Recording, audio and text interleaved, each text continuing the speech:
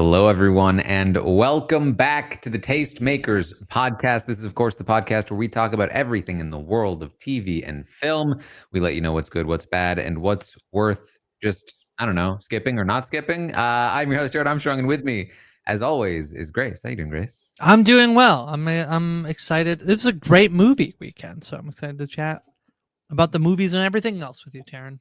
Yes, big week this week. We both saw Weapons, and we will also have a guest joining us very shortly to talk through some weapons in a spoiler discussion at the end of the podcast. If you want to listen to the weapons discussion there. But in the meantime, we also have a couple of things to make sure we stay on top of, a couple of news articles and some of the other things that came out last week, as well as some of the very exciting upcoming things. I think the primary one for me being Alien Earth. So excited to talk a bit about that as well. Yes, very much so. All right. Well, the first piece of news I saw, this is relevant to me and also fairly relevant, I think, to a decent amount of people. This show did pretty well. One Piece, the live action One Piece adaptation, has been renewed for season 3 over on Netflix ahead of its season 2 release. Great news. I fell in love with One Piece. I really liked it. I chatted about it, and I really enjoyed it. And I had never seen the animated show, and I watched the live action. I was like, this is really good. Maybe I'm gonna watch One Piece. I have not watched more animated One Piece, but I'm very excited for One Piece to return to Netflix. I'm very excited that it got a season 3 renewal before season 2 airs, Taran.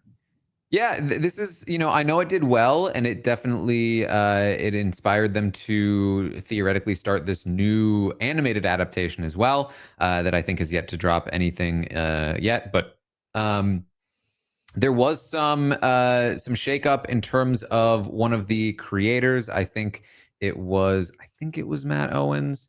Ended up dropping out. One of the showrunners dropping out for season 2, and so there was a little bit of doubt about like what the future of this live action adaptation would be. But clearly there is still a lot of faith in it, and I'm excited to watch season 2. Yeah. One of the things that I kind of like forgot One Piece happened. I feel like it like sort of left. And then when we watched To Doom, when Chappelle joined us to watch to Doom, there was a lot of One Piece content. I was like, oh, they're clearly like invested in this thing as a property. Like they see a lot of potential in the show because it was featured prominently during that. I guess knowing that another season was coming out this year, but that I feel like that was a sign of how much they like having this on their streaming platform. So should be fun. Yes. I also saw this week some interesting news for Park Chan-wook. One of my favorite directors was recently expelled from the WGA. They accused him of writing during the strike for The Sympathizer.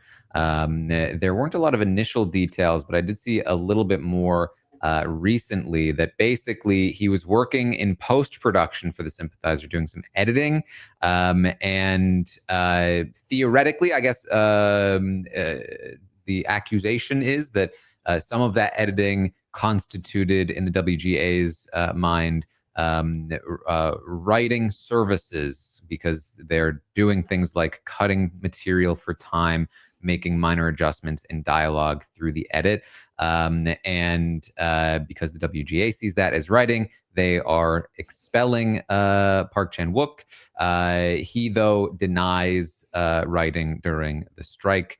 So, just some weird sort of like, but potentially sort of like interesting. I guess it would have been more interesting during the strike, but interesting stuff for WJ. This will not impact, I think, Park Chan-wook in terms of his ability to write in the future all that much. But he is now not in the WGA. Yeah, I was reading through some of the stuff about like what this actually means, and it doesn't really impact his ability to write, because there's a way that basically like the biggest hindrance it will mean is that it's a little bit more challenging to get work with some of the bigger companies, like HBO, which is ironic, like, that's the company he was writing The Sympathizer for. But there is kind of like a workaround that basically, all that to say, like, this isn't a huge deal. It mostly is like sort of like a public like shaming of him basically is like probably the biggest thing, which probably also they I don't know any like I don't know actual information about this other than I think that like Park Chan-wook is probably one of the safer people that the WGA could do this to, knowing that will do a lot of international work where it's the Writers Guild, it's America, so it doesn't matter as much, and also he's a big enough name that it probably doesn't matter, right? You would think that, like somebody who's a lesser name, this actually could impact their career a little bit more. He has a movie coming out this fall. It's making the festival rounds. It's gonna be TIFF in a few weeks. So it doesn't mean he won't be making stuff. It just yeah. And I do think I was chatting before. I know that. So I feel like in some ways people in our memory of the strike, we think about it as a strike, but really it was two strikes. You had the writer's strike happen first, and then you had the actor's strike. And actually, while the writers were on strike, there was still a lot of TV that was being made. House of the Dragon is a good example, something that I think is like completely affected by the writer's strike, where I think the ending of that season is not very strong. And I think partially due to the fact that they could not make changes or edits to what they wanted to do. Seems like they've drawn a line here about what they did with the Sympathizer. Have to say, thought the Sympathizer was very good. So, maybe it was worth breaking the strike out. All right. And then you also brought this other thing to my attention that Aamir Khan, an Indian filmmaker, released his film on YouTube rather than a streaming service. Yeah, so it had a theatrical run. Aamir Khan is a bit, I feel like a little bit tongue-in-cheek this name is thrown out, but he has been called the Tom Cruise of Indian filmmaking. He's a big star. A lot of the movies he's been in have gone on to like break the Indian, box office records. So he's a big deal. And so what he decided to do was, instead of being paid what he says an 8-figure sum for his movie to go to a streaming platform, they instead decided to put it up on YouTube, sort of via over the top. So you can pay however much money. I think it's a couple bucks in North America. There's a really interesting interview with him on The Town about his decision to do this, and essentially he is I think this is really interesting. I think on one side, just from his perspective, this is really interesting because this is basic. I think that if you are a big enough star, this does make sense. If you have a good enough product, and he says this requires his movie to be good, because what he's doing is he is foregoing an immediate payment, as in the streamer would have paid him, in lieu of a payment down the line, the more that the movie gets bought on YouTube. And so the more successful it is, and the more times it gets bought, the more money that goes into his pocket, instead of the reverse, which is that he gets a lump sum payment to have that movie then go onto streaming. And if it's a massive success, on the back end, you don't see as much of a return. And so he's actually saying this is a really good thing, actually, for the industry. We should do this more often, because it means that we'll get higher quality work, because I'm banking on the fact that I have to be able to sell it rather than, selling it for cheap, 8 figures, whatever, cheap.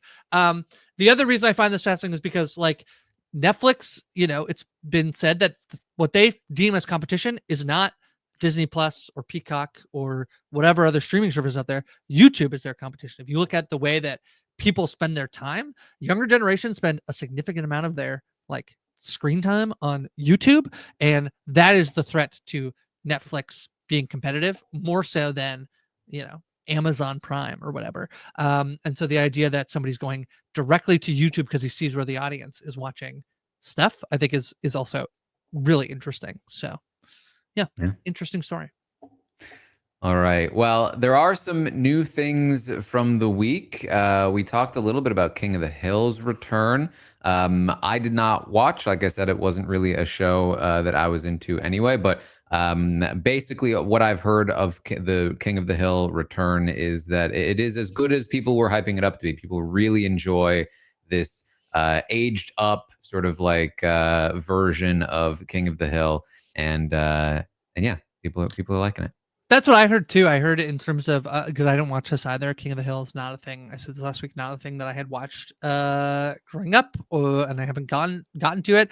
But I think that I felt like I was like, oh, I feel like time jumping on an animated show makes sense because so many animated shows get stuck in time and stasis. Like you think about like the kids in The Simpsons or Bob's Burgers have not aged, But so to come back with some fresh material, and that's basically exactly what people I think have been saying of like, oh, this has been really well done because now you get to explore, Bobby as a, in his 20s or whatever. So, yeah, very. I've heard people have said this is really good. It's never really been quite my thing. Mm-hmm. And of course, the second season of Wednesday dropped as well, or at least part of it. What I've heard of season 2 of Wednesday, people are enjoying it, but I've heard a couple of things. One, it took way too long to make. The first season was 2022. It's now 2025, and they dropped like 4 episodes. They only have 4 more. And 2, they want more Jenna Ortega as Wednesday in this show. That they felt like there was too much other stuff. Yeah, I feel like I've heard that exact same thing. I saw the things going around of being like, we can't be waiting 3 years for 8 episodes of TV. Like we can't, like it's not feasible. Wednesday does feel like it came out sooner than 2022, but it definitely came out in 2022. Yeah, which is strange. I do feel like people have been like, my sense is that people enjoy this just as much as the first one, except that the first one had like the dance sequence and there was some stuff that just made it go super viral that I don't feel like is happening. Like Wednesday basically, like, not that Jenna Ortega wasn't like on the verge of potentially being a big star anyway, but I do feel like Wednesday like launched her into, it was like the final straw that broke to just completely make her a superstar, I think. And so actually I think that if I was then, because I've only watched the first episode of the new season, I was kind of thinking though then, yeah, if it's the thing that launched her into superstardom, that they would lean more into. I mean, the show is called Wednesday, like lean more into, and I think that that's a fair critique to be like, there's not enough Wednesday in my Wednesday show, So, yeah. So of course we also saw Freakier Friday came out. That Outlander show came out as well. I think both fairly well received to their respective audiences. Again, I did not see them. Freakier Friday, I think did fine in the box office, but was certainly not the runaway success that Weapons was. Freakier Friday made about $40 million worldwide, which seems pretty good. Yeah. That's worldwide, I think, is what I have on Box Office Mojo. It's also doing like 93% on the Rotten Tomatoes on the popcorn meter. I keep thinking maybe I should go watch Freakier Friday, and then I'm like, nah. Well, I'm not gonna go see it, and I don't know. Just again, it like doesn't feel 1,000% like it's like calling for me to go to the movies to see it. I feel like I can wait a little bit if I even ever watch it. It might be one I miss entirely, but All right. Well, glad people like it. Yeah. Okay, and we just took a short break, but we are back because one Taylor Hale, a winner of Big Brother 24, spoilers, has joined us to talk through some of the upcoming shows this week and movies, as well as some spoiler discussion on Weapons, which we will get into very shortly. Taylor, how you doing? I'm so good. I'm over the moon, super happy, super excited.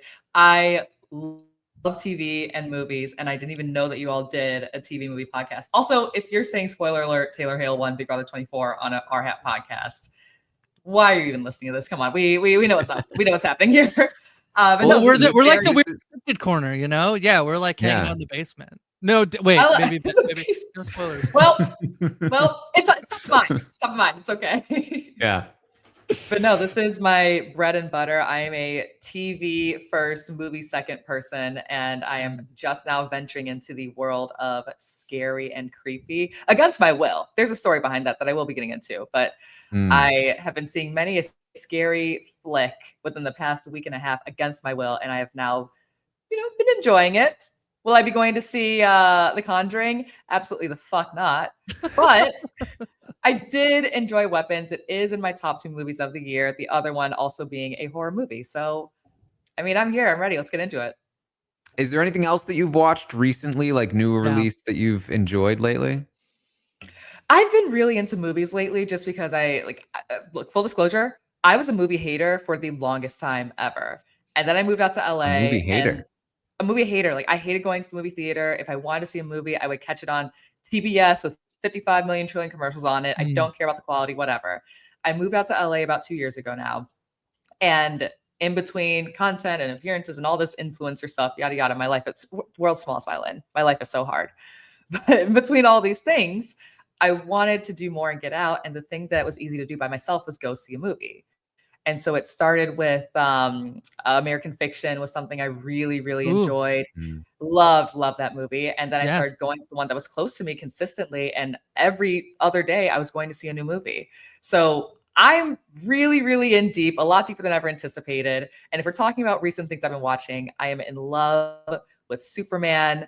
I would have seen, I mean, Superman is probably, if the two horror movies that I'm going to be talking about didn't come out this year, Superman would be my number 1 film by far this year. I saw Fantastic Four because I have a huge crush on Pedro Pascal, and I walked out. I know, and then I walked out with a crush on Julia Gardner. So, you know, that's also been working for me as far as Weapons goes. So this has been it's a really fantastic run. Haha, fantastic, amazing, fantastic run as far as movies go. I have upgraded from Alamo Drafthouse Movie Pass into AMC A-lister Movie Pass. So I've got the super upgrades, the AMC, IMAX, Prime, XL Prime. If it's not that format, don't talk to me. You're beneath me. Get away from me. I am deeper than I ever thought I would be, but I'm enjoying it. Have you done the Dolby? Yeah, I love Dolby. Like, the Dolby theater is the best one. It is. It really is. But if I can listen, I love Prime. I don't know why. I think it's the ad for Prime. It's so visual and pretty. And I'm easily won over by visually pretty things. I'm simple human. So do you have how many like movie membership things do you have? That's, I feel like, the real question of like when you're going to a lot of movies is like you have multiple movie memberships. Yes. And one thing I will tell you about being in LA is that everybody goes to the movies because everybody works in the industry. So I started out with Alamo Drafthouse, and then I'm sorry, the theaters are shit at Alamo. Like, you aren't getting anything. It's dusty, it's grimy. So I canceled that one. We're done. She's dead. Then we canceled it. Then I went to Cinemark because I think they have better popcorn, and it was easier to see Sinners in a few times. They were better for me, and I wanted a deal. So I had that for 1 week, and then I canceled it before they charged me again because I'm a scammer. And then I didn't have any movie memberships. I just went with discounts on my friends' memberships because, once again, I'm a leech and a scammer. So I've upgraded, right? And then about 2 weeks ago, I said, you know what? Screw it. I'm all in AMC, and this is my one and only true membership. Though I do have the Fandango app on my phone. Okay. Yeah. Yes. How about you, Grace? What's your rotation? I have 3. I have 3 movie memberships. So yeah, but I live in Canada, so I have the major chain, and then I have the Toronto International Film Festival membership to go there, like their festival and see movies there, and then I have my local, like, you know, 1 theater screen membership, which is only like $15. So yeah. Do you have a preference? How are we ranking them? I mean, I do think the TIFF theater is probably the and then it depends on with the major chain, like if you're going to the right movie theater or not to get like the right settings. Like, there's really only like 1 actual IMAX theater in the city, so like you got to be going to the right one and not the fake IMAX. And then you can't beat like the little mom and pop, like been open for 100 years, 1 theater. But yeah, running with like still the film canisters. Yeah. I'm in deep. Taran, what's your movie setup like?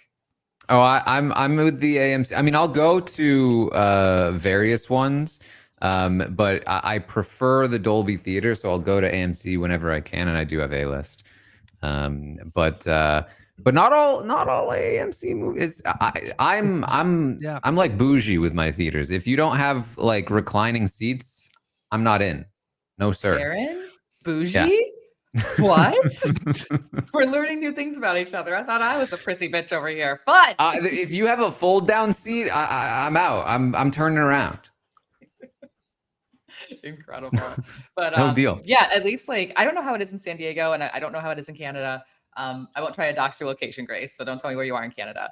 But when you're in LA, you were like, you can, don't worry about it. Yes. we'll protect our people.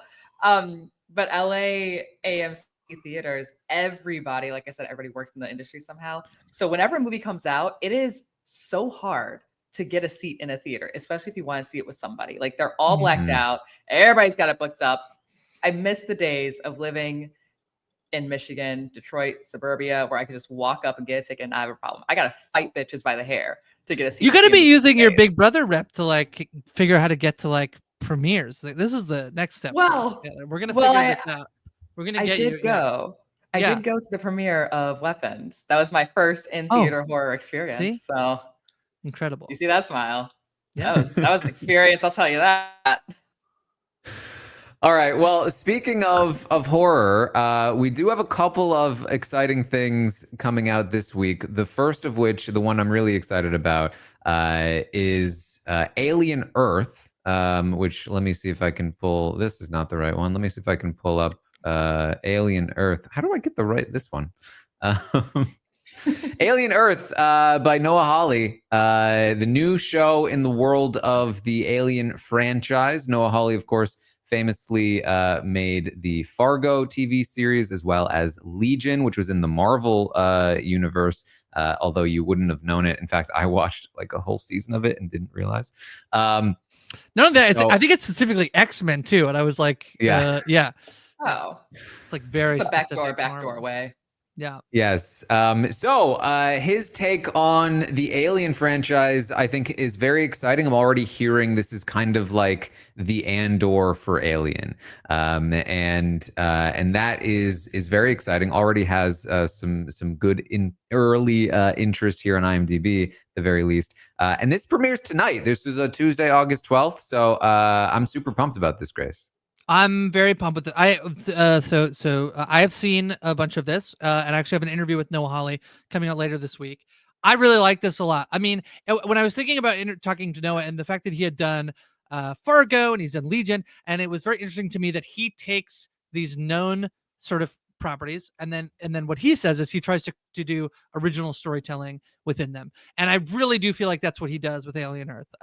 There's a little bit of like a Peter Pan ish thing happening with Alien Earth that you might not expect as well. We're talking about synthetics, and obviously xenomorphs and aliens are very present as well, but he is also looking for new things within this, and I just do think that's the thing he does, of like you're watching it, you're like, oh, this feels familiar, but you're like, oh, but I've never seen this in this thing before. And I really do think that's what Alien Earth has going for it. Have you I mean, speaking of horror, Taylor, have you watched Aliens? Have you done any of them?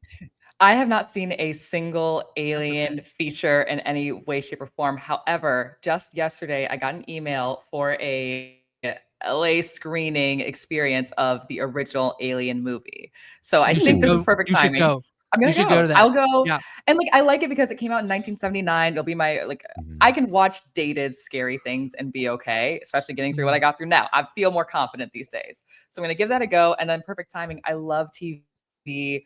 I grew up, a lot of people don't know this, but I grew up watching a lot of sci-fi TV shows. So like my mom would always have Star Trek, Stargate, obviously Star Wars, all of that was always on TV. So this like space, sci-fi, psychological, technological, foreign entities thing has always been something around me. But this will be my first time to kind of explore it on my own. So I don't know, we're getting deeper into the creepy and the spooky over in this universe. Yeah. No, Alien's very interesting because the first movie, the original Alien, is very much that sort of like psychological horror, sci-fi space alien thing, directed by Ridley Scott. Then Aliens, the sequel, was a James Cameron movie that was way more of like what you'd expect from James Cameron. It was like an action movie. And people also loved that, but it was very different. I'm not partial to Aliens myself. I prefer the horror vibe. But then the third one, and this is particularly interesting to me. Alien Resurrect, or sorry, the third one was Alien. not Resurrection. Yeah. The third one was Fincher's. I always forget about Fincher's. Fincher. Yeah. David Oh, what Fincher is directs this? the third one. Yep. Yeah. Uh-huh. Okay. So we're And back in then horror. Resurrection is directed by one of my favorite directors, a French director, Jean-Pierre Jeunet, who did Amélie and Delicatessen in A Very Long Engagement. Did an Alien movie. People didn't like it, but very interesting. Then Did Ridley you like Scott it? comes back. It was fine. I really only liked the first Alien. But then Ridley Scott comes back, not Alien Romulus, but he does these prequel series of movies, the Prometheus movie, and forgive me, I don't remember the names of all of these, but they are actually pretty interesting. And then most recently, we had Alien Romulus, which I thought was phenomenal. It was much more of a callback to the original Alien in its sort of horror roots. And so now we have this show, Alien Earth. And it's just so interesting, this franchise. It spawns a few different genres for being so specific to what it is. Of course, you also have the spin-offs of like Alien versus Predator and all of that. And so many different really interesting filmmakers. And so now Noah Hawley taking a shot at a TV show for Alien. Yeah, I'm pumped. I'm excited.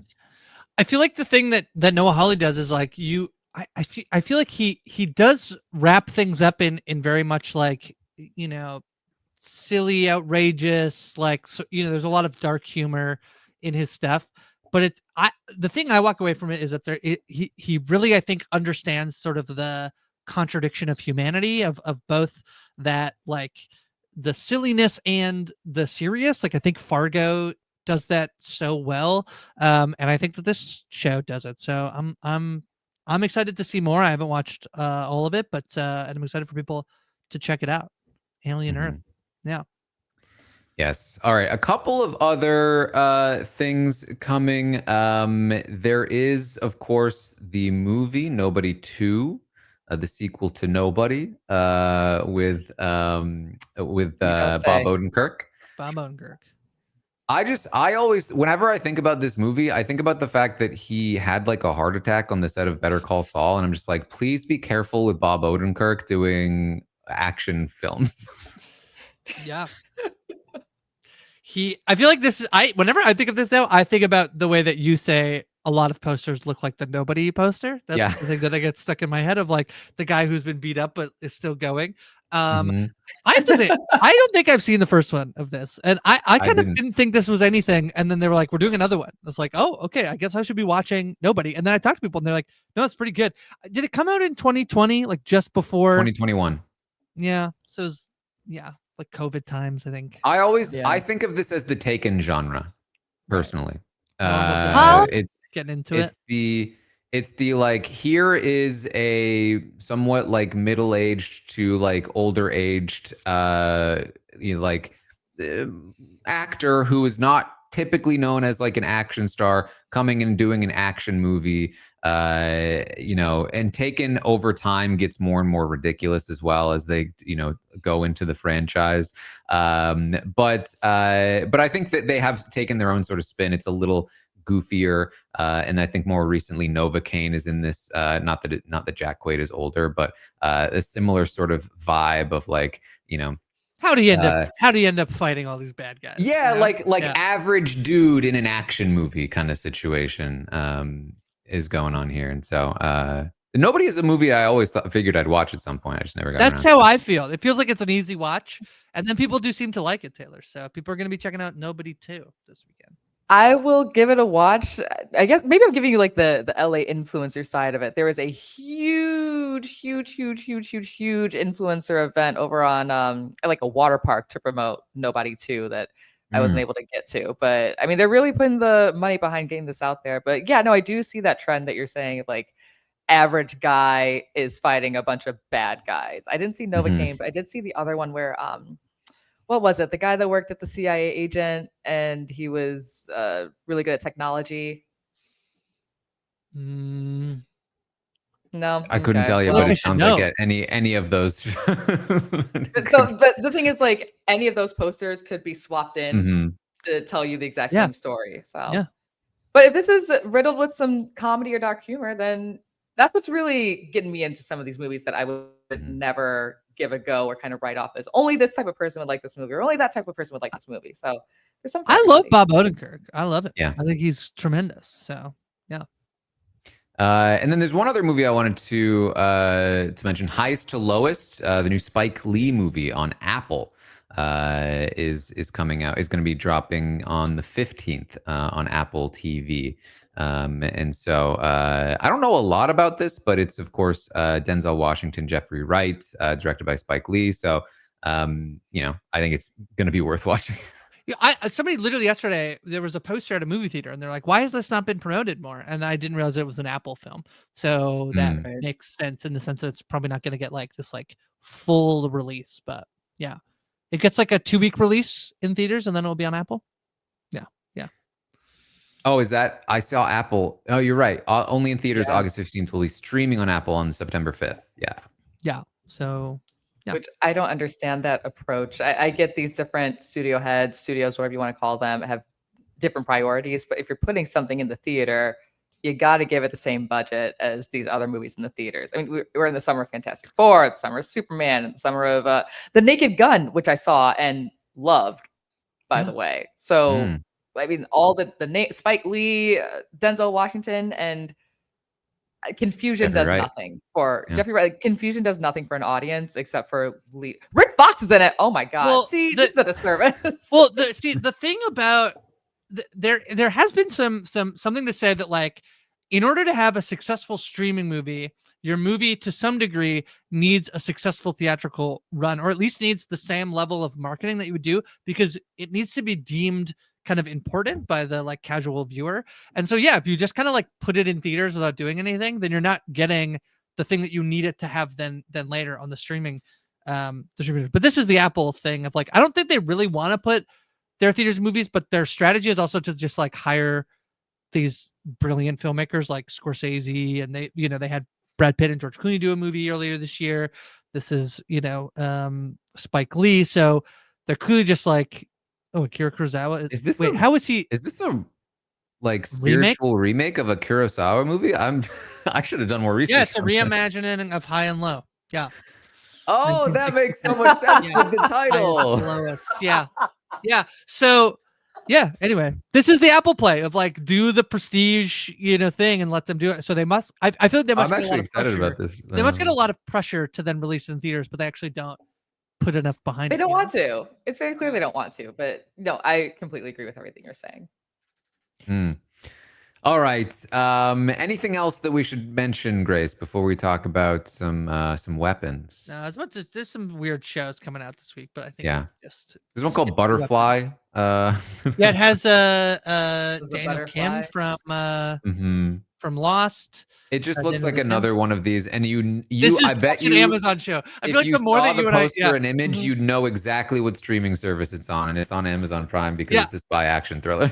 The more that you and I are doing this one every week and talking about what's new, and I'll see a poster exactly like this, and it'll be like, yeah, this is an Amazon Prime show. Taylor, you should make a game out of that. These are dad shows of like they're all just like a cop doing stuff. That's the Amazon Prime strategy. When the consequences of a decision from his past come back to haunt him, a former intelligence operative finds himself pursued by a sociopathic agent assigned to kill him. He's literally walking away. Oh my god, it's the actual thing. I thought you just made that up to mock it. Oh my god, it's right there in front of us. No, yeah, I read it. Look, he's walking away from the explosion in the trailer. He's literally walking away from every other action thing. He's cool guy walking away from the Joker scene in here. Put a James Bond scene in here. Okay, walking away slowly. Boosh, explosion. Poster. The other thing that comes out this week that I didn't know they were doing was making animated sausage party shows. Did you see this, Taran? Did this come up? No. Yeah, you know the movie Sausage Party that was like talking food. Unfortunately, so vaguely, yeah. This movie has an animated show that premieres this week called Sausage Party Foodtopia. So. Yeah, I'm horrified. I'm sorry. No, Taran, what do you mean vaguely? No, already no. Taran, how do you was Also, vaguely a weirdly, joke? also a Prime show. I listen. There are a lot of these. Spaghetti and meatballs. Raining spaghetti and meatballs was one that came to mind when you said that. But I That is can't not keep track of this. all these. I only because Grace knows that the first time you watch this movie, it never leaves you. No matter how many times you try to wipe it from every existence of your being, this movie never leaves you. And honestly, Taran, I'm jealous that you've had the experience where you don't remember this, where you can say, I vaguely recall this. I'm afraid of what that trailer is. But fully, it's Seth Rogen, Kristen Wiig, Michael Cera, Edward Norton, Will Forte, Sam Richardson, Stephanie Beer. Like, it's a great David Krumholtz. It's a great cast. The Just doing- final scene of the movie was an orgy. What are we talking about?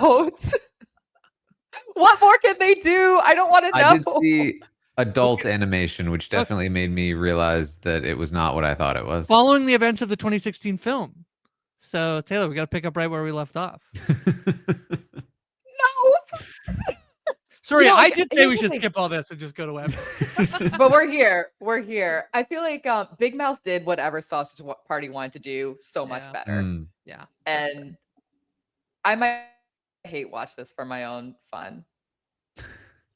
That's probably All where I'm right. gonna Well, end it. It's rated at a 5.7 out of 10, yeah, not great so far. going down in popularity.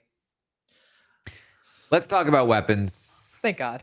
Let's talk about weapons. All right, so we've all seen weapons. We are going to be spoiling the movie. So if you don't want any spoilers from weapons, you can tune out now.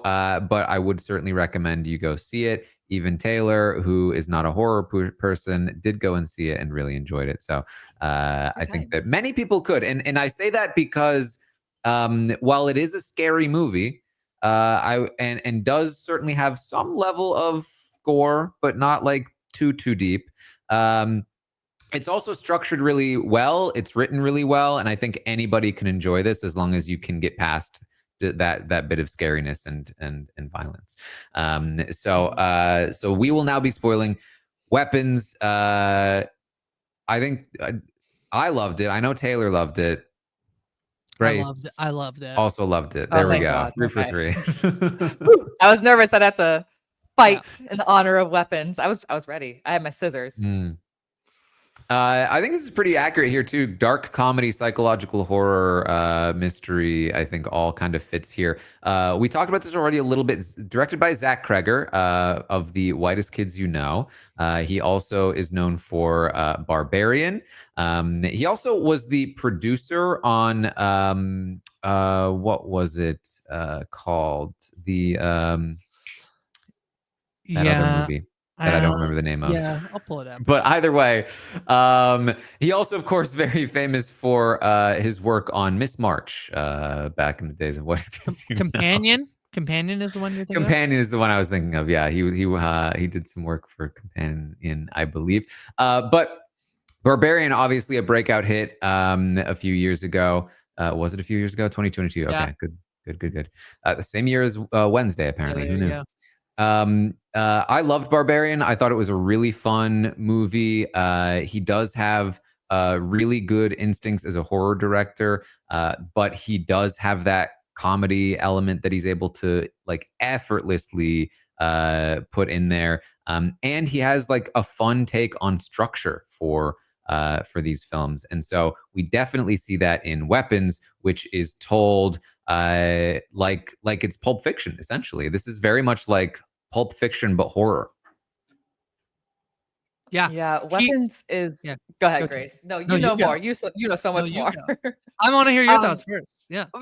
Fine. Well, Weapons is that movie that I was sitting in the theaters with my mom to see F1, and the trailer came up, and we looked at each other and said, "Hell no, to the no. Like, we will not be going to see that." And then I got the invite, put my big girl panties on, and went to see it. And within the first to second vignette of how the story was playing out narratively, I was sitting up in my seat saying, "Okay, I'm all in on how this goes." And I will say, like, I'm gonna give an extra little review here for the scaredy cats out there. As a certified scaredy cat, like, I don't do scary, I don't do horror, gore, mystery, psychological thriller, any of those. It's all horror to me. this movie in particular, it wraps in comedy so well, where every beat where you might be scared, terrified, your anxiety is building because the music is so expertly crafted in here. It is met with just incredible humor that doesn't feel slapstick or corny or cheesy. And it's not only what you need to get through the movie, because it can, if you're thinking too deeply about it, be a little bit heavy. It's just what's necessary, I think, in a really good horror movie. Like, all scare does not mean a scary movie is good. So it's just a really beautifully woven narrative that we're watching in the movie. There's a good scene, I think, that exemplifies what you're talking about. One of my favorites, when Julia Garner's character, who is Justine in the movie, is waiting outside of the house in her car, and at night the door creepily opens. And again, we're talking spoilers here. And you see the mom come out with the scissors, and it's like this weird thing. And at first you're like, it's super creepy, but then the way she's walking, you're kind of like, oh, this is a little silly. And for me too, like, the way that this was shot was so well done, because you first see Justine in the car sleeping with the door closed and the window up. And so the whole time that the mom is waddling over, and the way that she's waddling indicates she's not like intelligent, right? Like, she's sort of like a zombie. So it's you sort of, at least for me, I anticipate she's gonna like bang on the window. She's gonna wake up, freak out. It's gonna be a jump scare. She's gonna drive away. Obviously, it's too early in the morning, too early in the movie to have like a deep interaction here. And so she waddles up to the window, stares, and then keeps waddling away. And my whole theater burst out in laughter. Same. This is hilarious. And then 5 seconds later, you hear the back door open up to the car, and everyone that was laughing goes, yes, and silence. And it's just like, so brilliantly done. Well, I think, Cregger comes from like a comedy background with The Whitest Kids You Know. And comedy and horror are kind of two sides of the same coin. They're all about building tension and then releasing that tension. And so it doesn't surprise me. And actually, he doesn't, in interviews, he talks about that. He doesn't really think this movie is that funny. And I disagree. I think this movie is so funny. And there's a realism to the way that people are reacting in this movie as well. That's very funny. I think that, Julia Garner does it as well when she's running out of the gas station, and she goes, "Will you help me? Will you ever help me?" And it's so funny because, like, yeah, you should be doing something like, gas station attendant man, but you're not. But yeah, the movie is, I do really think it's the structure of the film. I heard at the premiere that people were applauding every time a new name came up. Is that right? Yeah, that's right. Yes. Yeah. And so just every people name, there was a giant applause. Yeah, people were just like kind of excited with this reveal because they didn't know that's what it was. I think this movie, it's not just that it's done in that structure style. It is the level of information that he doles out in each story, I think, is what really works, because you follow everybody amongst their perspective, like, entirely. And so you get these like pieces of information that only make sense once you're in the next piece, right? Like, we see Marcus chasing her down. It's not until we're then in Marcus's point of view that we sort of, I think that's the section where it has the big reveal of what this movie is, and then ultimately see him sort of become a weapon and chase down her. It's that like layering in of the information. I do think the story is good. And Cregger also, I feel like through two movies has done this thing where you kind of think the movie is going to be about one thing, and at some point in the movie, he pulls the rug out from under you and is like, "No, this is what it is." And so far it's worked. In Barbarian, I think, like, you think that movie is going to be about like when she goes to book the Airbnb, and it's going to be about the awkward, like, oh, that's a really good idea for a social commentary horror of like, what if you're a woman who's like alone at night, books the Airbnb, and there's a guy already there? Is he the owner of the Airbnb? Is he a creep? Is he just generally there? Like, that's a lot of tension. And that movie is not that at all. Taylor, if you've never seen it, that's not. I haven't. Okay, you need to watch Barbarian because it's so good. This movie, I feel like, does the same thing, where you think it's going to be, I thought, like, a commentary on like school shootings or things like, like that. That's not what this movie. That's not what this movie is at all. Full spoilers. It's a witch movie. It's just a witch movie, and it's just, I think it's so fun. I think that's what I really like. And like, it's compelling and intriguing, and you're like, it feels not like it could happen, but that it feels like they feel like it's happening. I don't know. It's just really good. Yeah, I There's think also Go ahead. There's also the element of not only is it a witch movie, but at some point you're led to believe it's a clown movie. Like, am I dealing with scary clowns? Am I dealing with Yep. something paranormal? Where are we Yep. going here? And what I kind of love about the movie is that they tell you what it is in that first vignette. Like when Justine has witch written across her car in red paint, I was thinking, well, the W should be a B. Like, why didn't we just go all in for it? Oh, maybe it's one of the parents because they don't want to have like a swear word on this person's car because they still have to be at school. Like, maybe that's what we're thinking. No, they just told you right there. There is a supernatural, paranormal element that will be happening here, and you'll figure it out on the back end. So it's like the movie. I won't say it spoils itself, but it tells you without leading you to water, which is I think very, very highly of Ryan Coogler. Like, I love it so much. Yeah, I really think the structure is part of what makes this work, and I think that it's what Zach Cregger has done so well in both of his films so far. Horror often feels, I mean, horror tropes are a thing in horror. Like, if you watch a lot of horror movies, you follow the tropes. I mean, literally the entire Scream franchise is built off the fact that horror movies follow the same formula so often. Right. And when you break up the structure in the way that Cregger does in this movie in Barbarian, it changes that.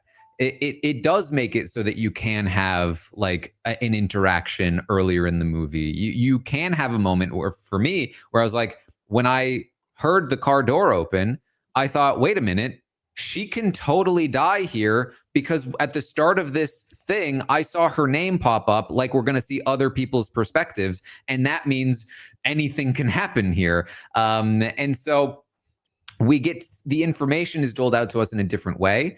Things can happen in different ways. We see the principal come at her. And then we get his perspective. And the entire time, there's so much more tension because you're like, how did he get to be the way that he was?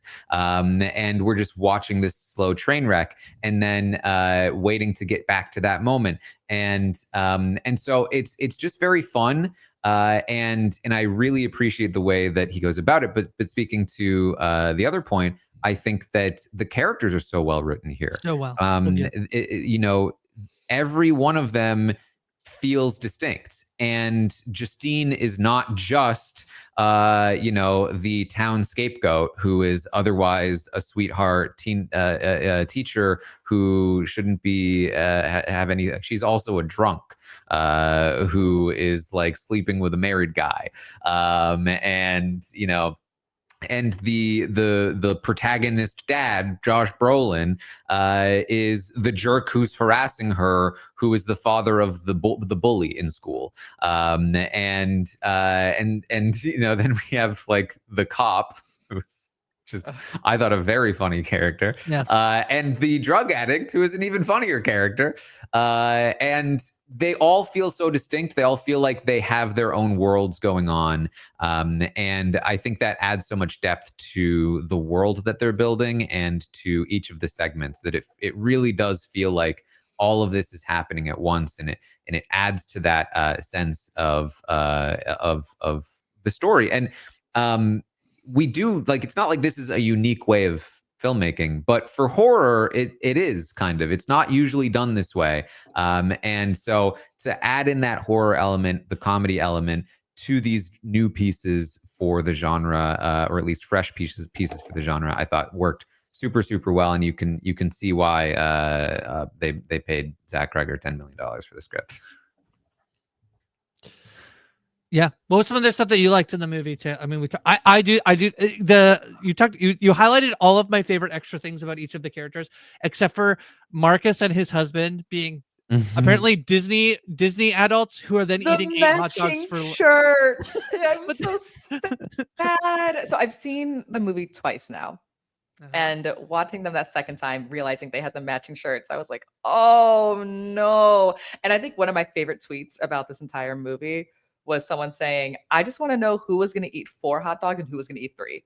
Because they had 7 hot dogs. 7 hot dogs. Okay. What was the split there? I think whoever put the hot dogs together probably had one in the kitchen and then was going to eat 3 later on. But I mean, there's so many moments I love about this movie. Towards the end, when you're having the big scene in the house where everyone's attacking everyone. the sheer comedy of Honey, look what they did to the lawn.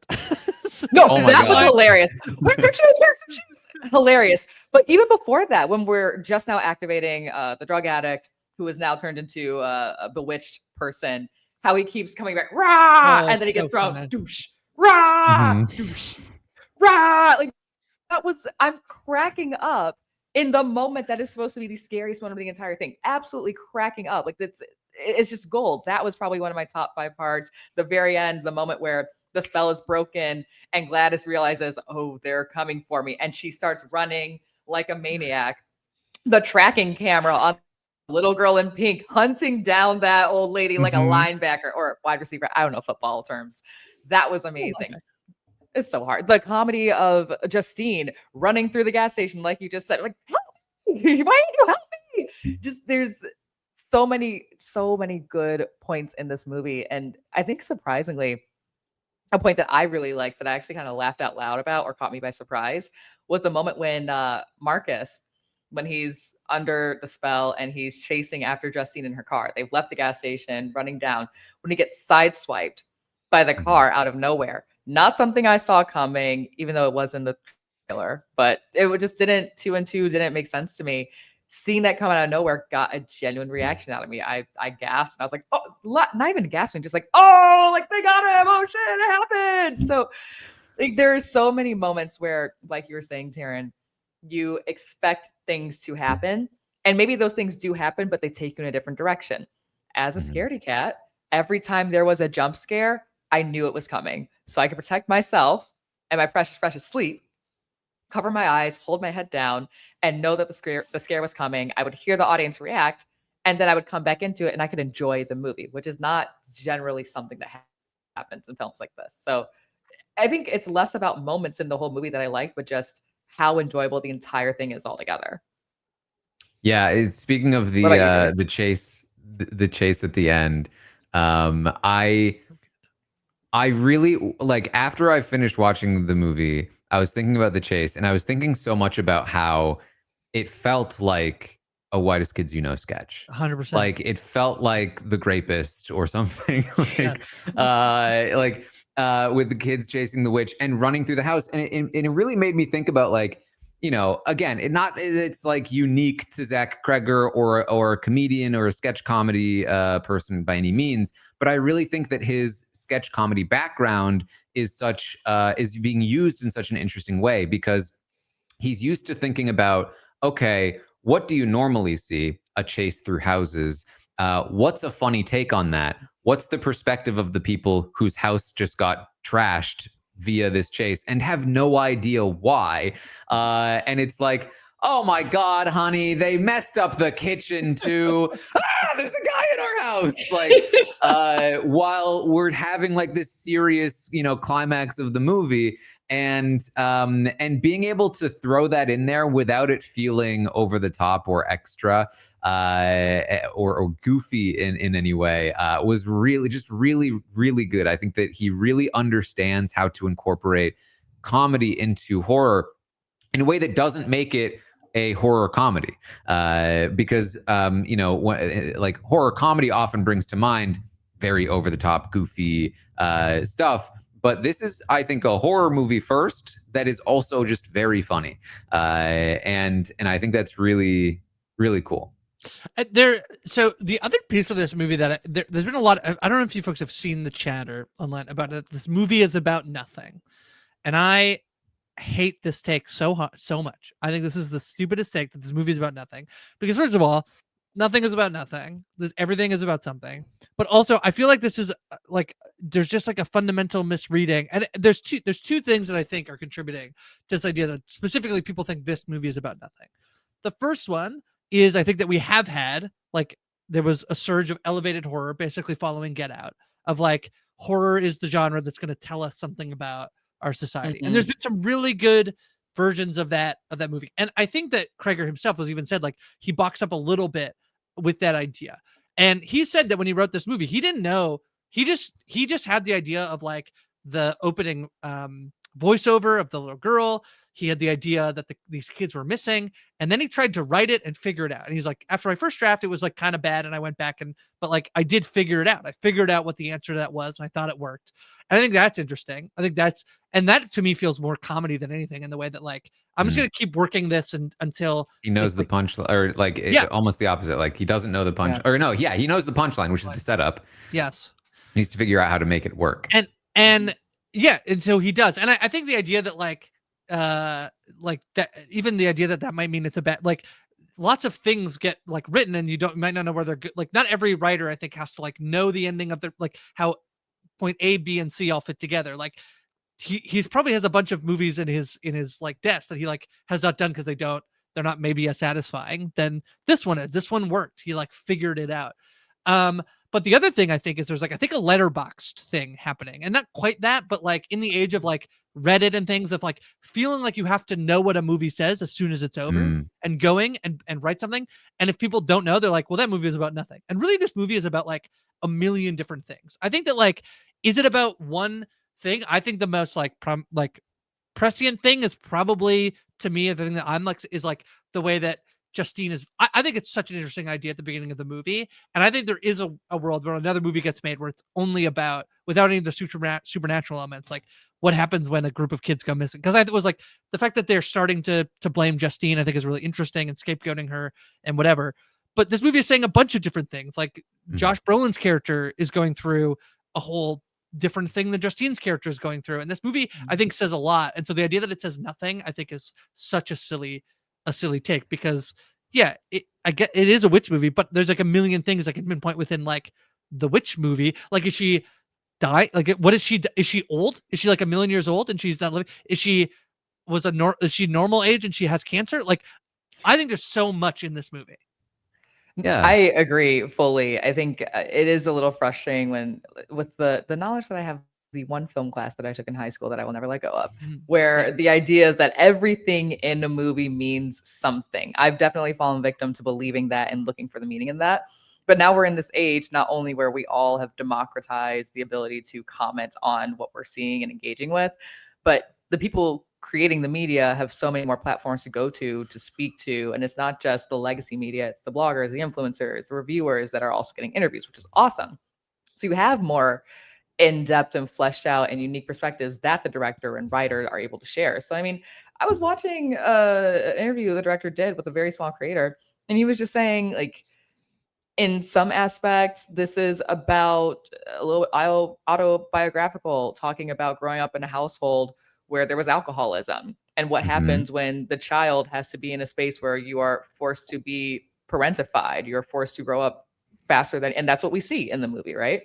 And then he was also kid talking about, is incredible. That kid is so good. Incredible actor. I mean, wow, truly. We'll get into that. But I see a lot of anger or frustration about this movie not being about gun violence in America.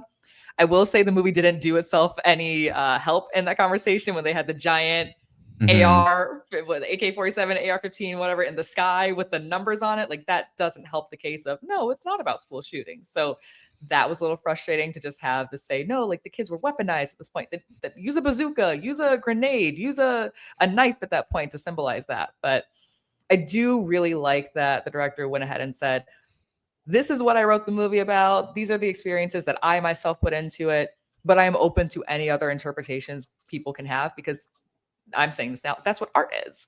So like, it can be anything that means anything to you. It could be your experience as a queer person and the ways you have to navigate or find partnership in the world. It could be your experience as an alcoholic or someone who has a bleeding heart for children. It could be experience dealing with power dynamics or loss. I also know the director was talking about writing this as a form of coping with the grief of losing one of his close friends.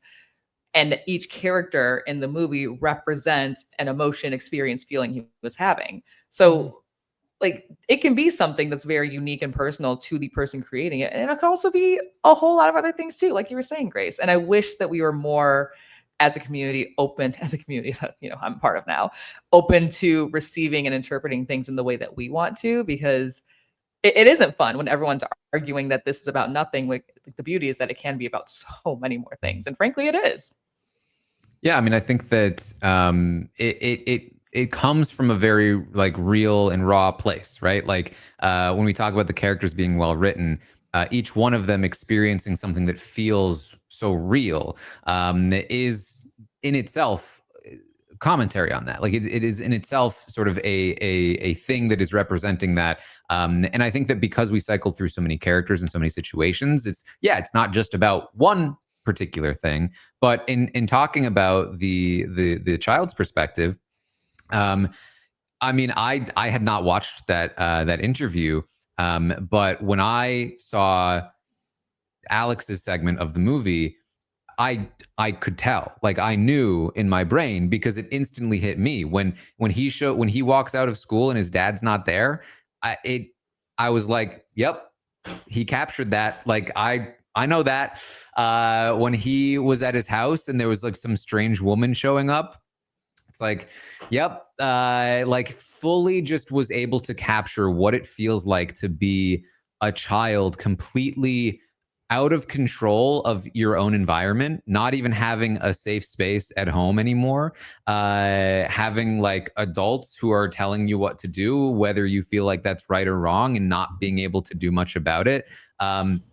Even just like on a smaller scale, just like, here's your wacky aunt, like who makes you feel uncomfortable. Like you can just there's something so genuine about how the perspective is shown in the movie that you could expect from a drama about this, like this just little vignette in this one horror movie that is a comedy also, that was able to touch on so many things that I personally was able to feel was so relatable.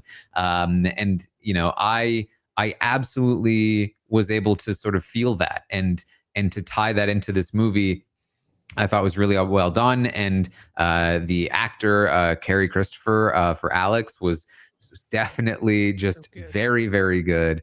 Good. And just, again, like a whole other aspect to this movie that I really don't even see many people talking about, because like there's so many things to talk about, but one that I thought was phenomenal. I think that one too. I think people are maybe a little worried that we're going to end up getting in like you're a little in spoiler territory, like not really, but like there's a little bit of being in spoiler territory once we start talking about Alex's Certainly, it's difficult to story. talk about. Yeah, Sure. but no, I agree. I do think his performance is. All of this. Like I would just watch movies in each of those segments. But the great thing about the movie is that like it's probably, it's like when if you eat too much of something, you get sick of it. Like we probably get the perfect amount of each. Yeah, we get the perfect amount of each of these stories. I was thinking Amy Madigan as Gladys is so good. I think that like that reveal of her and when she enters the story, obviously we see her. I think is the first time we see her when she goes to the school, when she like goes on behalf of Alex's. That's the first time we see her like in a normal way. yeah, like as a proper human being, and it's like, oh, she's wait, is this real or is this a dream? She's really there? She's really there. Okay. Right.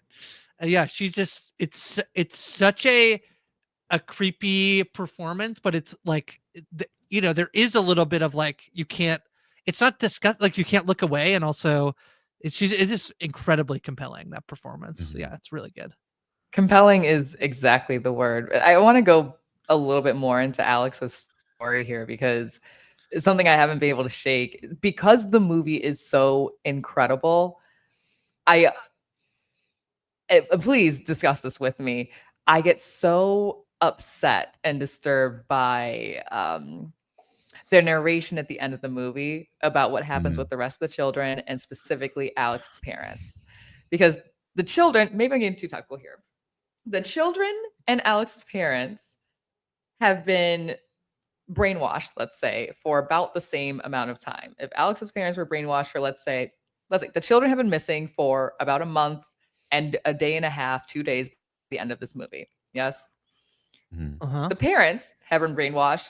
Let's be super, super out of touch here and say 2 months, maybe just a month and 2 weeks, somewhere in between there.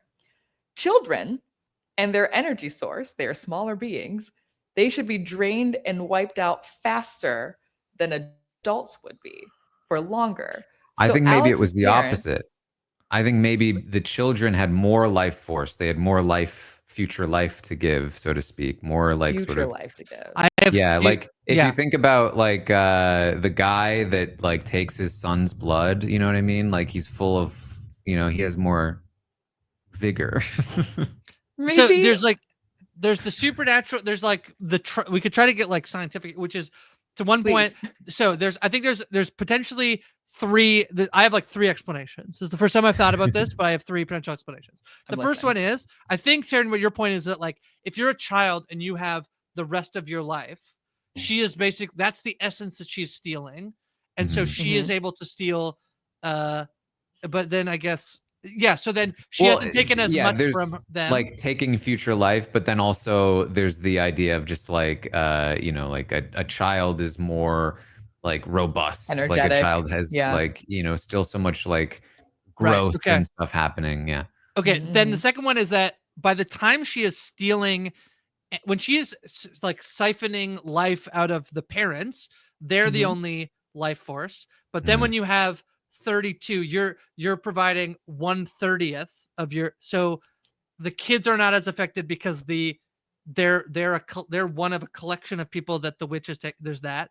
I think there Okay. also is the like idea, which is this is more metaphorical, I think, and like an idea of the film potentially, which is like who has who would have the most capacity to heal from an event like this, which is, does a parent have the capacity, or is it like I guess like the innocence of a child, you know what I mean? Like Mm. there's like literally we could try to like figure out from like the science, the supernatural science, or there's like the meaning of like what is he trying to say when in the last thing of the film is that like some of the children spoke again. Like what is that? Yeah. What is Zach Cregger trying to say about maybe the resiliency of children to respond and react to things like this rather than the parents?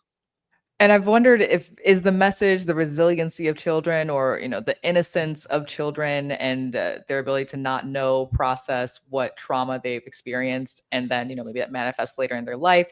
Maybe that's a part of it. But going directly to the text of the movie, what frustrated me, number one, was the top of the movie. The little girl narrating says, and what was it? They never came back. Never came back. This bugs me too. Right. Yeah. So it bothered me. I was like, but you just told me in the movie that they did go back. Now, yes, I understand they never came back the same, but just say that. But that's, at the movie, you can't say that. So the top of the movie, you can't say that. I understand it. I will let that slide. It just broke my heart so much to see Alex's parents, they break out the spell and they're drained. They have nothing left in them and they're hugging Alex, and Alex is just, they're comatose, and Alex just happy to have them, not willing to kill him anymore. But to hear that they are now in a home somewhere being fed soup in perpetuity. And then I'm also told that the children, some are starting to speak again a year later now. It's just like the math is not adding up for me. So that made it a little bit difficult for me to walk out of the theater feeling, and again, it's a horror movie. I don't have to feel optimistic, but don't give me that little bit of some of the kids are speaking again and maybe they could all be better. And if some of the kids are being better, then maybe the parents can be better. Are they speaking at all? Like that is my one sticking point with the film, but I understand why it was left that way. I just don't like it. I kind of loved the way that it ended, because it did feel again sort of very unique in how it was such a victory. It was so cathartic to see these children eat the witch. The mouth filling, yeah. The mouth filling was amazing. And we have this like big heroic moment. The dad hugs the son, the parents are hugging Alex, and it's this like very, very happy ending with just a tiny little narration. Some of them spoke again. And that's it. And it's just like, oh wow, Yeah. like what a dagger. Yes. And I kind of loved that. I kind of loved it as like a reminder that you can't just escape that trauma. Like that, there was so much parasite imagery throughout the movie, obviously in reference to like the witch being a parasite, but also I think like in general, just like, especially if you sort of liken it to the ways that apparently Zach Cregger talked about, like alcoholic parents or guardians or any of that sort, like the ways in which older generations can leech onto younger ones in sort of in a parasitic way, and the damage that that can do to children. Some of them will survive it. Some of them will come out maybe even stronger for it, but a lot of them won't. And I think that that's, you know, sort of like an important thing to recognize too, that like, you know, you can't just go through the events of a horror movie and just be like, everything's fine now. Yeah, I'm the same with you. I love it. I watched a movie last night that it was like the saddest ending, and I looked over. I was like, that was really good. That was really fun, right? Like that's my favorite. Is yeah, I like this. Yeah, like I guess the realism that like wouldn't be a happy ending at the end of this story. You know, this is a horror movie. I feel very much about like if you haven't seen, I saw the TV Glow. It's a movie I recommend that I was so mad when I finished watching that movie because I was miserable. I was like, that's sad. And then I was like, it is a horror movie, you know, like I guess that's it was not happy ending. And I feel the same way about this. And I think that ending it's funny because you can there is a world where you can start to be like, oh, there is some hope. Like they started to speak again, but like that's not really a lot of like some kids started speaking a year later. Like there's speech therapists out there. I was like, yeah, they're talking again, but what about the parents? And also, just from this conversation alone, I started thinking about the imagery of the clown and the parasitic nature of everything. So jumping back to that dream sequence where Justine walks to the classroom and all the kids are sleeping, and the only person that you see pop up is Alex with the clown face. Now I'm starting to understand, because I haven't thought too much about it. Like, oh no, Alex is obviously at that point we didn't know, but now having seen the movie, it's like, yes, like Alex is the not only a victim, but he's been glommed onto to force out this violence against his classmates. Also, they had a very fun experience for us. I don't know if you can see it. It's a little blurry. Oh wow, you're sitting next to. Yes. Oh, let me see if I can. My screen. Yeah, hold on. It's blurry here. You can't really see, but they That's so creepy. and literally, so let's see if I can zoom out. The rest of the kids, they're all with their heads down, and he would put his head down and pop up every few minutes. So I did not know that he was doing an actor. that. It was an actor. They hired child actors for the premiere. Wow. And they were working there from, when was the carpet? Carpet opened at 5:30, and from 5:30 to 10 o'clock at night. Obviously, they got a break during the movie. But so it was an interactive thing. And at 10 o'clock at night, they all stood up and they flailed their arms out and they ran to the back. Yeah, he says that motion is just like he thought it looked cool, but it's really good. The idea that like the T motion, the like, you know, T motion. Yeah, it's so good. You know, so yes, that's what he said. He's been saying that in the interview. But there was a script was leaked about this. And in the first writing in the script, he says something like children run outside their doors, arms in the T formation, like the napalm girl from the Vietnam War photo. Right. So it's like a very specific reference, but to not be talking about it in the interviews is interesting to me. So I don't know if it's like, I don't think it was enough of a reference for him to say it's about pain inflicted on children and how they receive it if he's not talking about it now. But I do think that was at least unique enough for him to say. Actually, if you never, the script has been released online. There's some images. If you go, it's very interesting the way that he writes his script. That he will specifically say like he'll write it like that, not like he's basically like it's like this thing, which is to basically just like put that image immediately in your brain, which I think is a really fascinating way to write scripts because it feels like you're not supposed to do it, but he does it, and he got paid like $10 million to write this movie. So not like $10 million. He got paid $10 million to do it. I know Jordan Peele is punching the air right now. Oh. Another sort of interesting thing that's been going around lately is that he had to like recast basically the entire movie because this was set to be made I think around the time of the strike or the pandemic, maybe the strike. I don't remember which one. But Pedro Pascal was initially supposed to be playing the Josh Brolin role, to which a lot of people are like, oh, thank God it was Josh Brolin, because I couldn't imagine Pedro Pascal in this role. But like specifically, he rewrote the character to make it a Josh Brolin role and not a Pedro Pascal role, and ultimately had to recast. I think almost the entire. I think Austin Abrams, who The only played the one. Yep. James the drug addict, is the only one that the only original cast member that stayed on. Yeah. Which, I mean, I would have loved to have seen Pedro and Julia in back-to-back features week after week. Like, give me Fantastic Weapons. I would have been all in Can I for say though it. that But that's funny though that he had dropped out because he was doing Fantastic Four, which obviously like it's not like Pedro and Julia Garner are in all the same scenes together, but like then she entered this film. yeah, Like that's funny. could you imagine? Like, that would have been amazing. But I mean, again, thinking about just the cast in general, and I even wonder who that original child was supposed to be slated to play the role of Alex, but I cannot imagine it being anybody other than this. What a genius. Protect that child. Protect him at all costs, because he's Well, I wanna got an know- amazing career ahead of him. I want to know who was going to play Gladys, because like I don't know who. Yeah, I want to know who would have played Gladys. The alternate cast is very interesting if you look at it, but. Yeah, is it? Because I wonder like how many people really were cast at that point. So Pedro Pascal, Renee Rensviv, who's from Worst Person in the World, Brian Tyree Henry, Tom Burke, who you might know from he was Furiosa. He played Praetorian Jack in Furiosa. Brian Tyree Henry as who? My guess is Marcus, but I don't know whether that's true. I guess the other like you could also play maybe Alden Ehrenreich's character, like Paul. I feel like maybe. I want to talk about Paul a little bit, but I do want to hear the rest of these names. Then June Diane Raphael, who people would know from, she's in a bunch of comedies.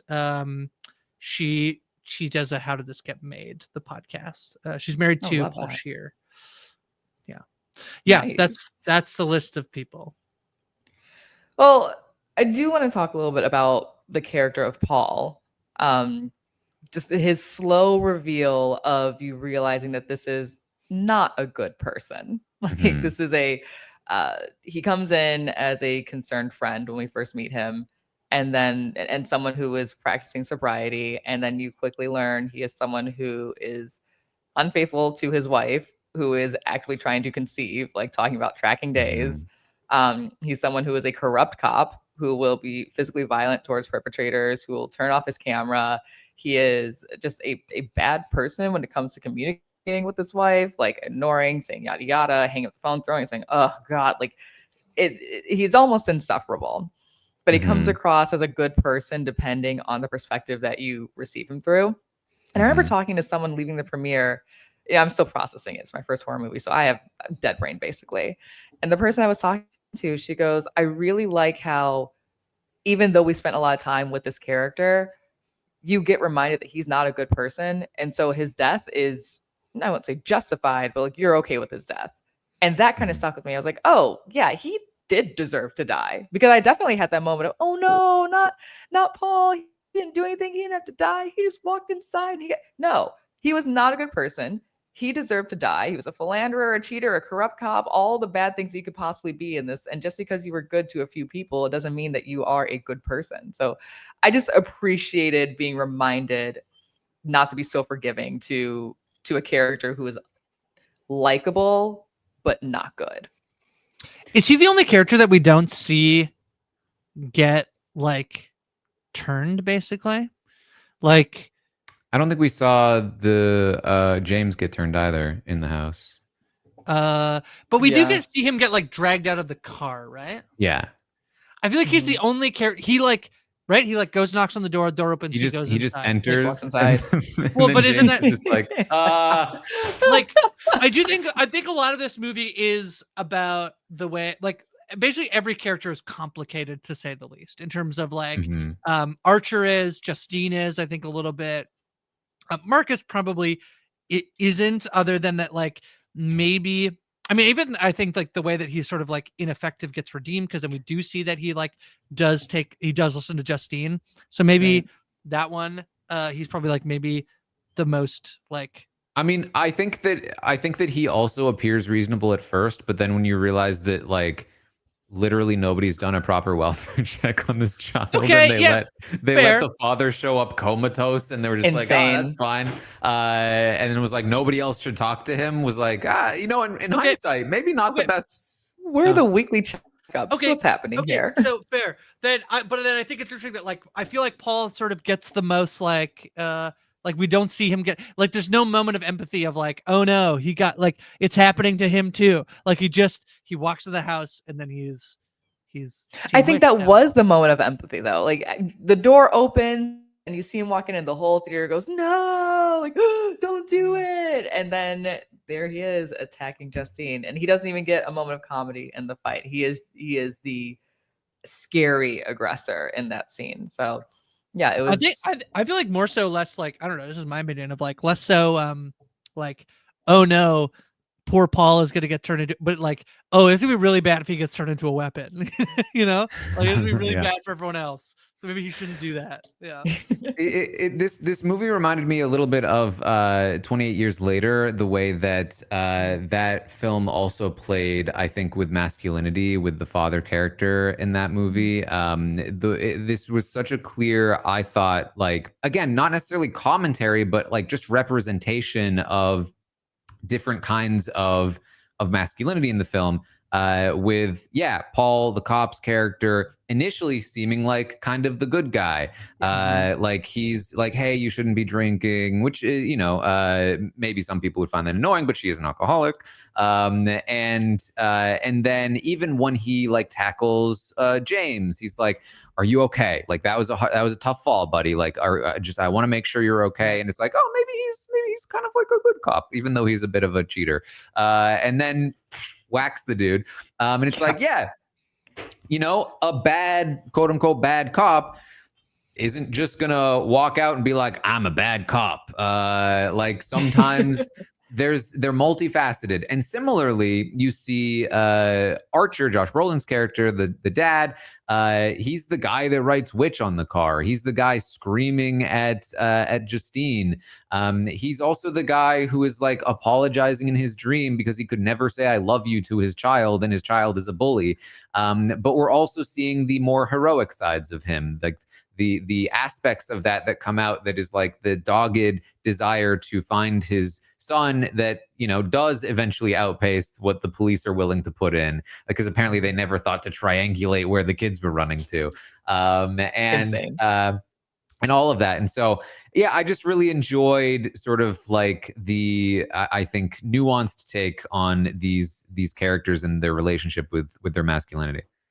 Yeah. I think on the other end of that, the one sticking point I had about maybe a less nuanced take or a angle that pointed out the pitfalls of or just points out sexism is when Josh's character goes to find the other Ring camera footage and talks to the mom first and says, hey, can I see this? And it is a funny moment. And she's like, I'm not comfortable with that. Closes the door.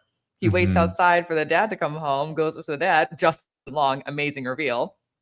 And then it cuts to, boom, you're watching the footage with the dad and the mom is crossing her arms in the background. Like that was a moment where I was like, who gets power, control, who gets to communicate the narrative over loss and grief and protecting a child's identity, but also this is the thing that led to finding these children.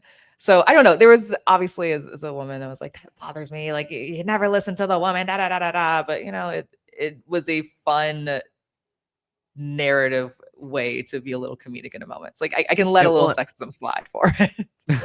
I think it was supposed to be pointing it out, and I think that like it was I thought very fun, sort of like the ways in which Cregger communicates like who these two people are, where when Archer walks up, he's like, hi, I'm Archer. She's like, I know who you are, I've seen you in the meetings. Right. He goes up to Justin Long's character, he's like, you are it's like, Archer.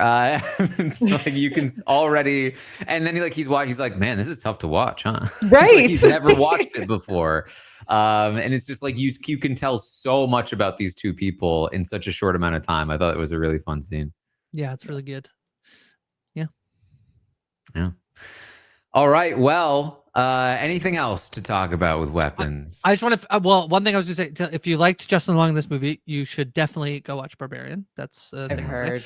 And then I said earlier that June Diane she's in the movie. She's the one who played. She's Paul's wife when she's like, "Where have you been?" You know, like Yes. So she's like going to work, right? Oh she no, is in the Paul's movie, wife. yeah. Sorry, Paul's I'm wife. interrupting. My Yeah. apologies. No, Yes. it's so good.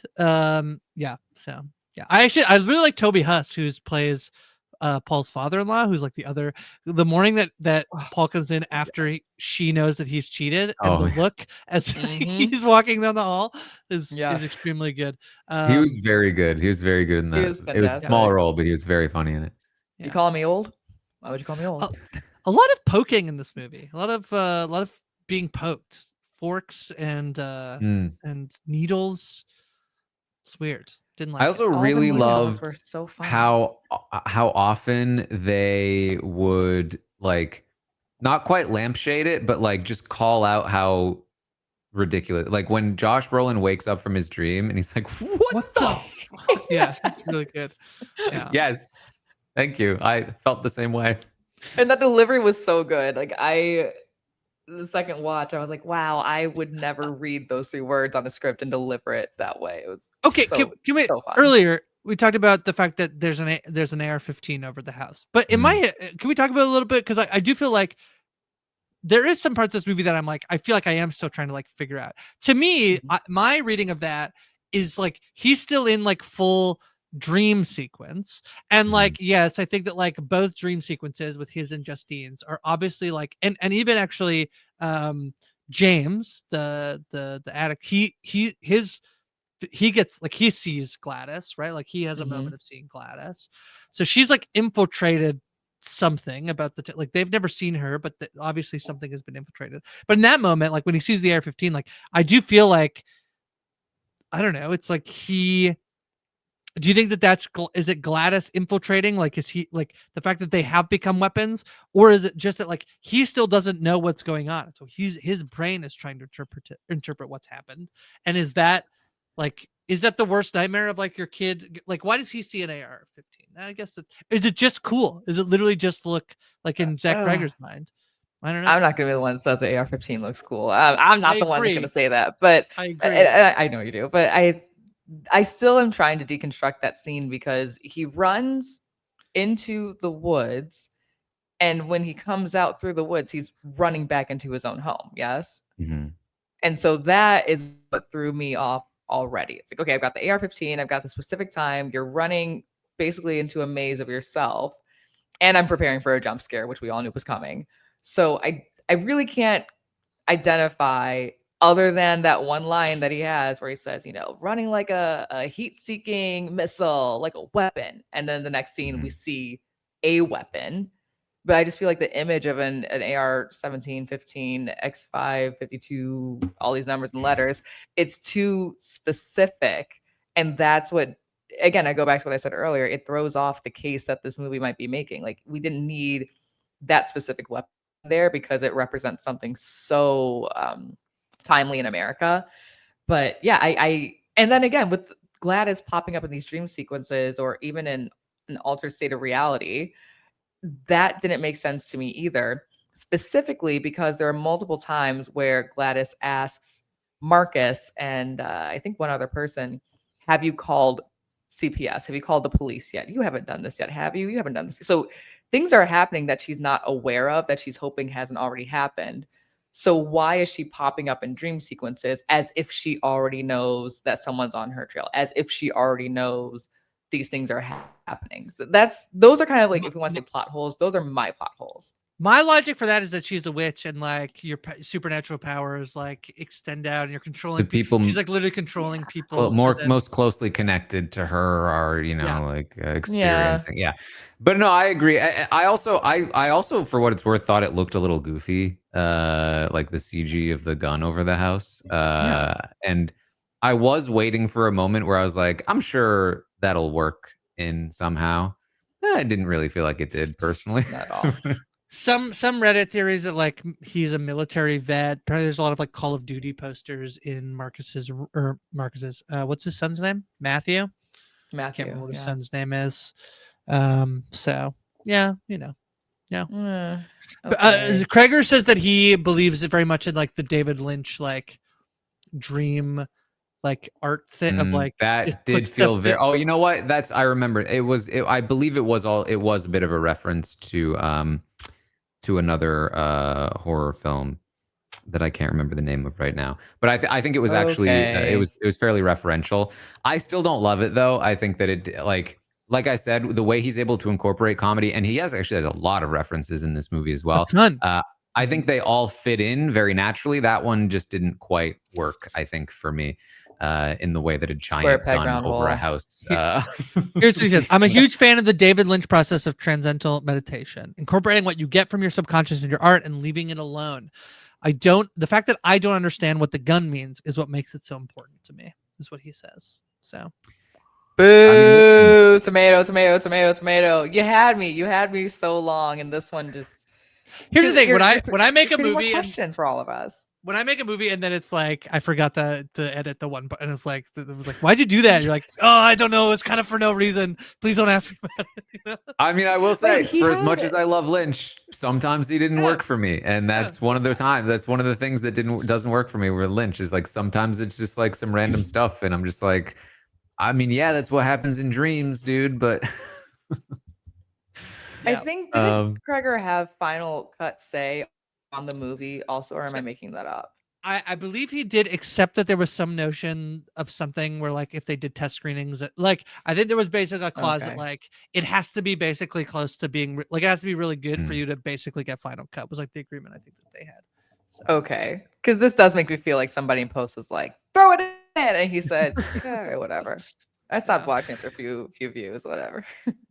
all right. Well, it did do very well in the box office. It got an A- cinema score as well, which for horror is very, very good up there amongst an elite few. So they're anticipating that it will continue to do very well.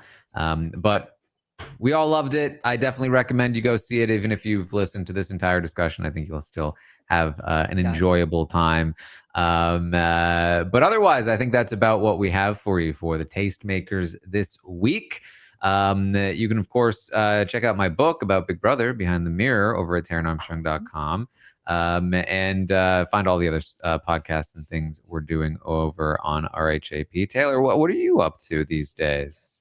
Ooh-wee. Well, it's Big Brother season, so you can find me everywhere. I'm a little oversaturated in the market, for being honest. But you can find me every other Friday on Big Brother Unlocked at 8 p.m. And you can also find it next day on streaming. So if you're looking, the tab where you find the live feeds, if you're on your app, there will also be a little section that says Big Brother Unlocked. If you're on your laptop, it'll just be like a regular episode. I also do a podcast over on The Ringer on the Bachelor Party podcast every Friday where we recap the week. So if you're more interested in scripted TV and you don't really watch every single episode and the live feeds of Big Brother, you just want a weekly recap, go check out that nice little overview on the Bachelor Party podcast every Friday. And I also do the exit interviews. It's like, and I do exit interviews for Entertainment Tonight for Big Brother. So you can catch those dropping every Friday as well. All right. And Grace, what do you got going on? I'm on social media at Hi from Grace or at Go for Grace. Yeah, I said earlier I have an interview. Did I say this? I have an interview with Noah Hawley coming out this week. So cool. that should be on Parade, as well as some other interviews that are coming in the next little while. Yeah. So yeah, check it all out. All right. Well, thank you all so much for joining us this week. I hope you enjoyed Taylor's presence here. Taylor, thank you for joining us. This gets 4.5 out of 5 scaredy cats for the scared people. 5 there you go. out of 5 movie, 4.5 out of 5 scaredy cats. All right. Well, thank you all so much. And we will see all of you next time.